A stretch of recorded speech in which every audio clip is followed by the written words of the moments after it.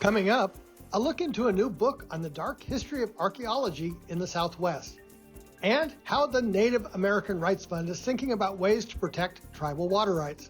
Plus, John Tahsuda with a look ahead at the White House Tribal Nations Summit next week. We have those interviews, plus headlines ahead on the ICT Newscast.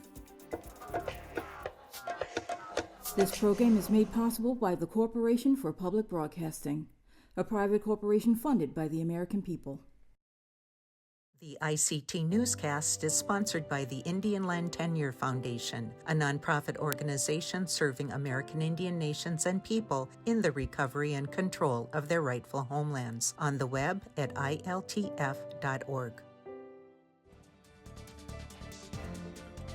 Support for the ICT Newscast with Aaliyah Chavez comes from the Arizona PBS studios in Phoenix at the Walter Cronkite School of Journalism and Mass Communications at Arizona State University.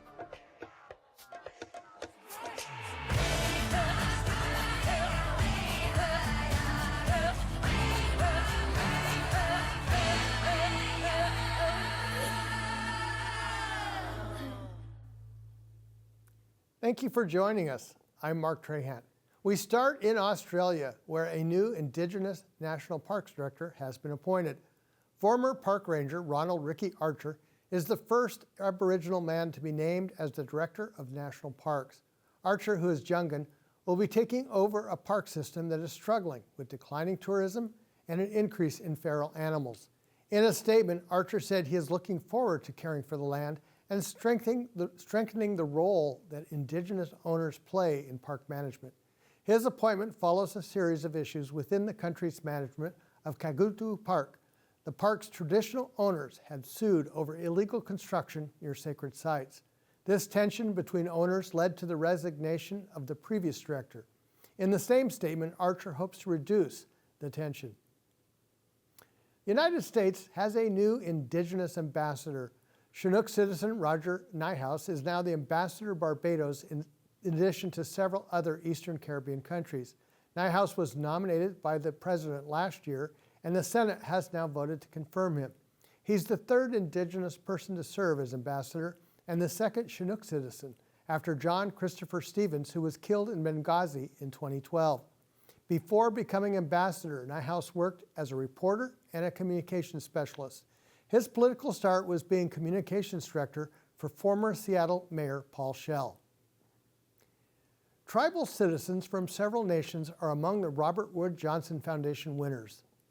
The Robert Wood Johnson Foundation has awarded Pueblo and Ojibwe citizens with $250,000 for their effort to bring gardening to the community. The Culture of the Health Prize celebrates contributions in building infrastructure for communities in health and well-being. Members of the Zuni Pueblo founded the Zuni Youth Enrichment Project and had donated gardening supplies to several individual homes. The project was first designed during the COVID-19 pandemic as a way to continue the goal of a community garden. The Fond du Lac Band was recognized for its work to bring back traditional ways of living, including collaboration on cultural practices like food sovereignty and language revitalization, as well as preservation. It started with 2,600 choices, and now there are 6. Minnesotans have a deadline of January 1st to adopt a new flag. One of the finalists is Anishinaabe artist Sarah Agaton Howe's work. Her Heartberry website explains the design. 11 yellow stripes represent the tribal nations, and white stripes are for the 87 counties.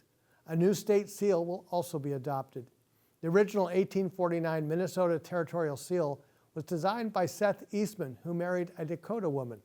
Their daughter was the mother of Charles Eastman, or Yessa, a famed author and speaker. And those are the headlines for the ICT Newscast.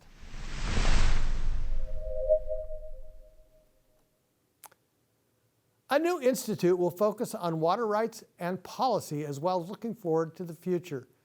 The Native American Rights Fund has created the Tribal Water Institute. A $1.4 million grant from the Walton Family Foundation provides seed money. NARF staff attorney David Gover spoke with ICT's Shirley Snavy about the project. Partnering up with the Walton Family Foundation and NARF, and we've kicking off a Tribal Water Institute. And the Institute is a continuation of our water work with, some additional objectives identified. And I see it as a twofold project. One, it's developing tribal capacity and NARF capacity. So it's capacity building in that respects, bringing in additional staff attorneys that work on tribal water rights, as well as create a training ground for new water attorneys that would then be hopefully working in Indian country on tribal water rights. So developing that specific capacity for tribal nations as they deal with these water issues. And secondly, it's educational effort, right? It's one of the deliverables or one of the goals here is to create a tribal water report that identifies and highlights tribal specific water issues. And so an exchange of information between experts and those learning about water issues, as well as informing tribal leadership on those issues. It also is intended to educate state and or federal congressional leaders, legislatures, on the importance of tribal water rights and what they mean and how they impact, those streams and water resources of all the communities that rely on them.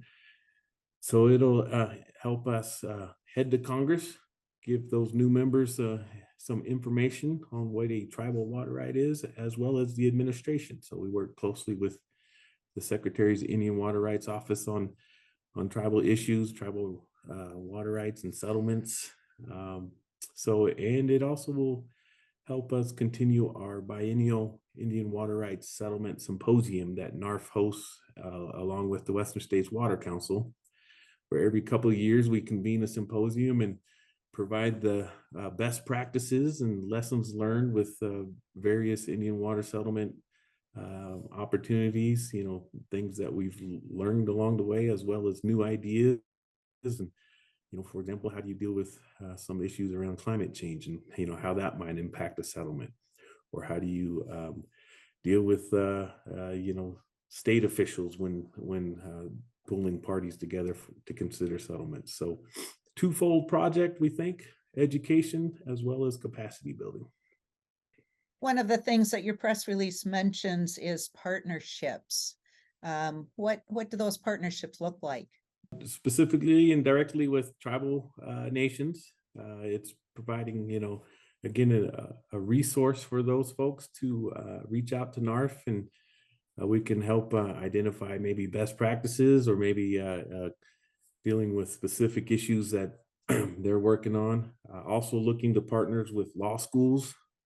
Again, the idea with these fellowships, bringing in those Indian water rights attorneys that might be just graduating or coming out of their own clerkship. So it's developing that pool of folks. It's also working with engineering and technical staff. There's a big need for that as well when we talk about Indian water rights and how much water does a fish need, or some of those technical questions. So it's looking to identify and develop those partnerships. And then it's also the philanthropic groups, right, that is needed to support this work. So it's partnering with the folks like the Walton Family Foundation or the Gates Foundation or the Water Foundation. So it's looking to bridge those gaps as well on the philanthropic side. So I think it's collaboration all around, that we will explore, and working with states and the feds and tribes, to try to bring that peace to the valley when we talk about Indian water rights and Indian water rights settlements, to create a framework that's win-win for everybody, and bring that peace to those communities, that we all can work together on some of these really hard and difficult questions on whose water right it might be. Those really are hard and difficult questions. And remember the treaties, they used to say, as long as the grass grows and the water flows, but that's not really the case that we're seeing in latest lawsuits. So many layers involved in any kind of Indian water rights issues, whether you're adjudicating them or you're in some kind of settlement framework.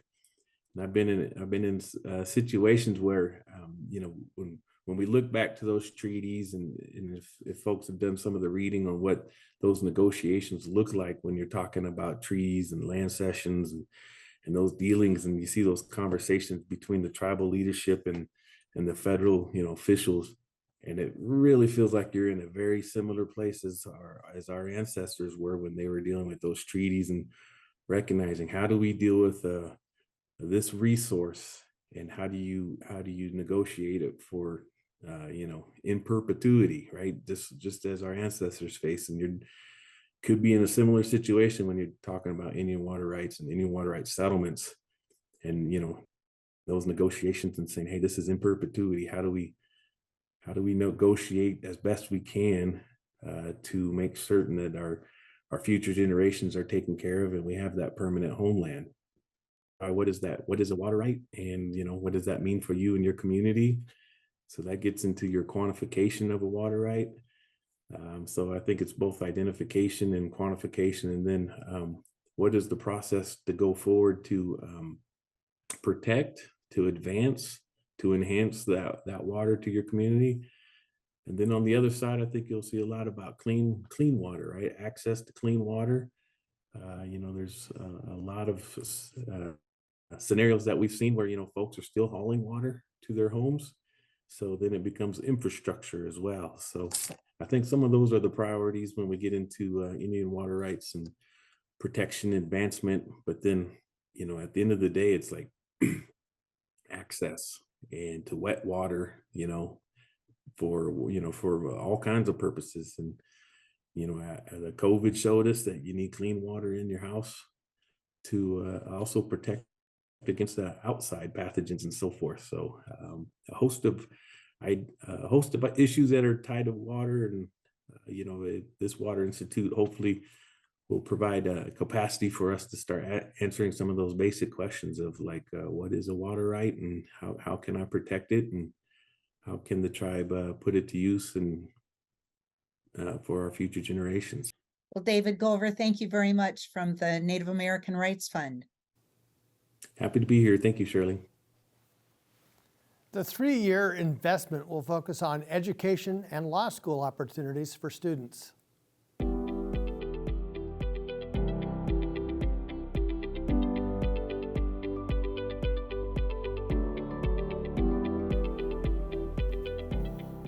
Sins of the Shovel, Looting, Murder, and the Evolution of American Archaeology is a new book written by archaeologist Rachel Morgan.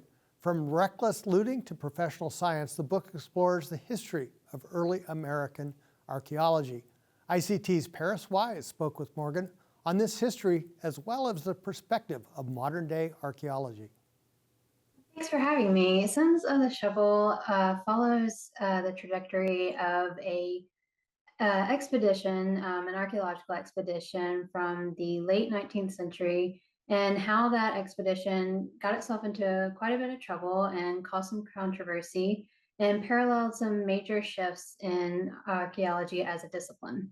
This story starts out with a family of ranchers who were based in Colorado, just outside of Mesa Verde. And in the late 19th century, they stumbled across a place that many people know today as Cliff Palace. They believed that they were, the first people to see it. We know that they weren't at this time, but it was a big moment for them. They became very interested in the past, and the past became a source of profit for them and their family.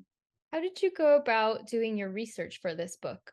So I sifted through a lot of old field books and diaries from archaeologists from the 19th century, and tried to fuse that with current archaeological literature on the period. How did you go about getting an Indigenous perspective in this book? Indigenous people have always been foundational to American archaeology, but they have not been treated that way. And so I drew on the work of a lot of Indigenous archaeologists.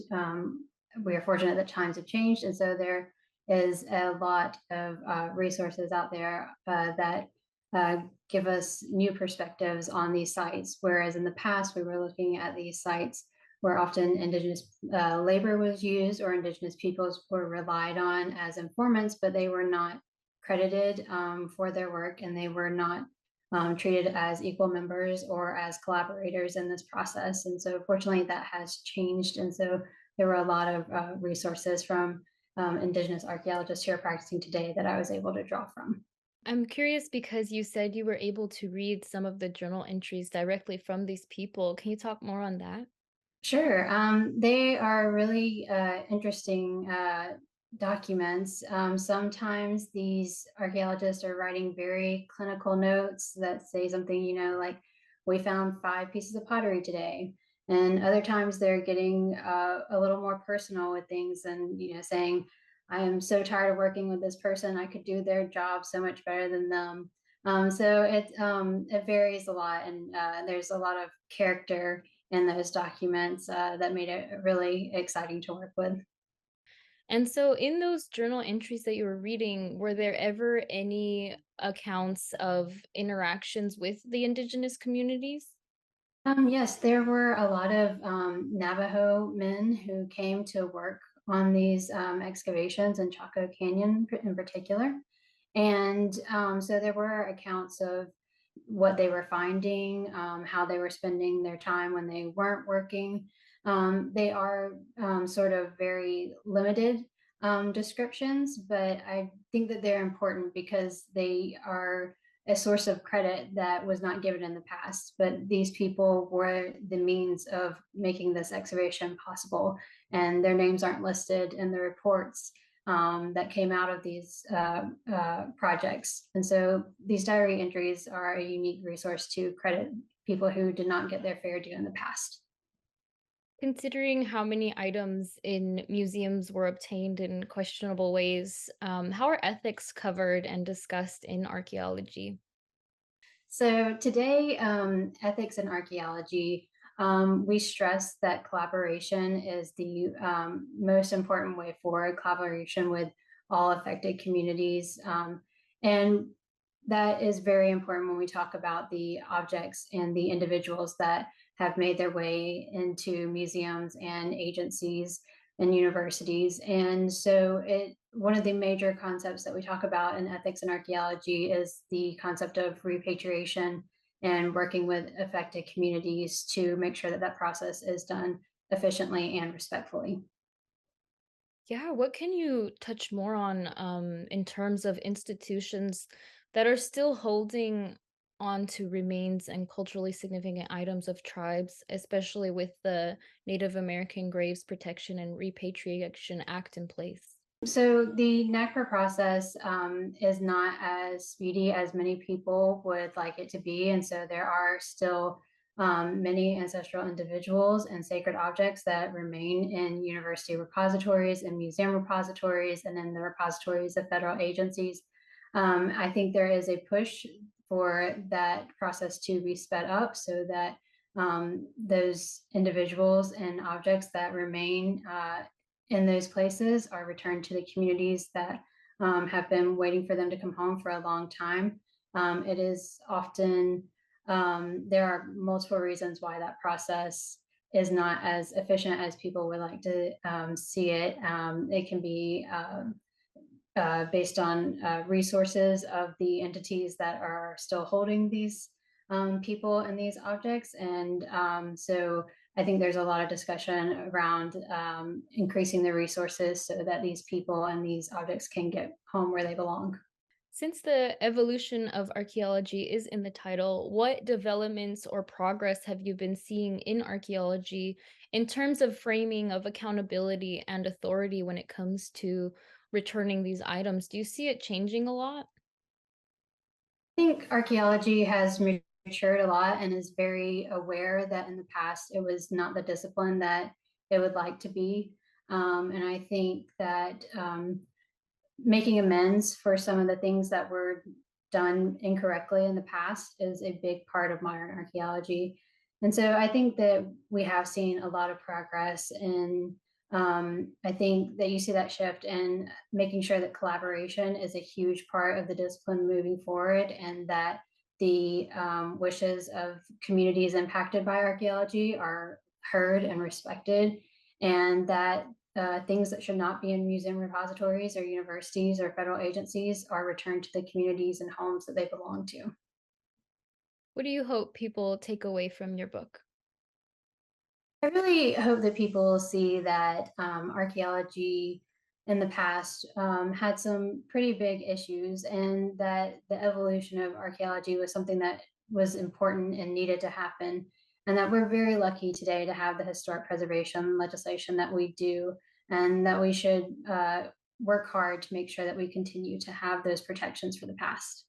Rachel Morgan, author of Sins of the Shovel, Looting, Murder, and the Evolution of American Archaeology. Thank you so much for joining us.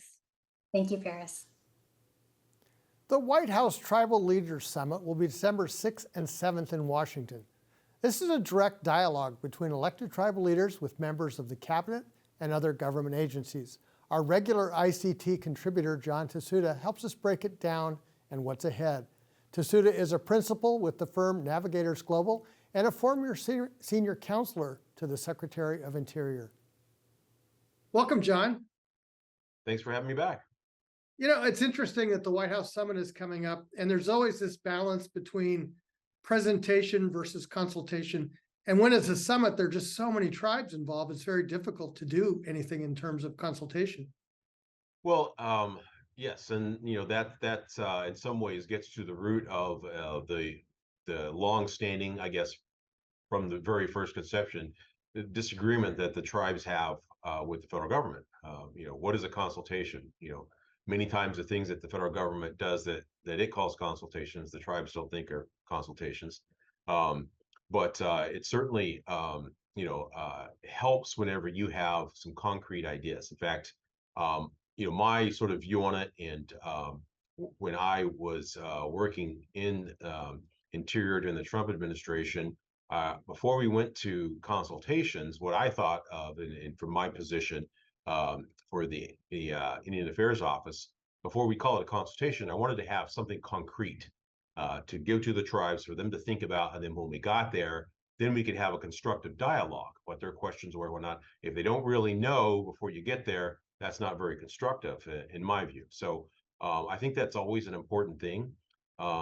In when you move to a larger stage, it always becomes more difficult for the tribes also to get their particular questions asked, unless you're going to have days and days of a single consultation. So the things like the White House Summit, to my mind, my opinion, they're really more on the sort of presentation side. They're really sort of just talking at you. And generally, the history of these is they sort of do two things. They tell you the great and wonderful things that they've been doing, and then they tell you the great and wonderful things that they're going to do. But there's not, they like to have some question and answer periods, but there's not much real of the give and take that you would like to see in an actual consultation. So again, in my opinion, I think those are really just the summits are really more of a presentation by the federal government to the tribes. One other benefit I suspect with a summit is that it brings the national media to the table for a few minutes and allows at least tribal issues to surface to the national discourse. Yes, almost as much as anything does, unless it's something truly tragic, right? Tragedy always grabs headlines, but no, you're right. For the tribes, it's obviously a benefit for the White House, right? I mean, they for them, for their own objectives, et cetera, understandable. But for the tribes, you're right. Getting a chance to be attached to the White House bully pulpit is an opportunity to get some of these issues into the national discourse. Switching gears quickly, I want to ask you again about Congress. And as we move closer to a budget, we're now getting close to where if there's not a deal, we're going to have some automatic cuts coming. How are tribes preparing for that, or how should they prepare for that? Well, I think you have to be prepared, in particular, if you're a direct service tribe. So for you, that means when the federal government offices shut down, or they take cuts, it impacts you directly in the amount of services that you receive. For the self-governance, for the self-determination tribes, it's a little less direct. They have a little bit of a safety net from those contracts. We know that, the federal courts have said that that's an actual contract the federal government has to fulfill. So for them, it's more of oftentimes a timing. When are they getting the funding, and is it going to allow them to keep providing the services without any interruption? Are there any strategies that tribes could be doing now other than trying to lobby everyone they know? You know what I think would be helpful, again, this is my opinion, but there's sort of two ways that both parties go at this stuff. Democrats like to kind of compile everything into these great big spending bills and leave it sort of to administrative office to divvy them up. And Republicans tend to like to say, no, let's break them up into discrete pieces so we can see what the money's being spent on, or what we're saying it's going to be spent on, right? And so I think for tribes, it's often their issues have bipartisan support. And if they would be pushing for the notion of, okay, if you're going to do cuts, that's fine, but separate ours out, keep that at the current funding levels at least, take your cut somewhere else. That would be a benefit to Indian country, and certainly would be something I think that would have bipartisan support. John, we always learn a lot. Thank you. Thanks, sir. And that's a slice of our Indigenous world. For all the latest, visit ictnews.org. From all of us in the newsroom, stay safe, my relatives.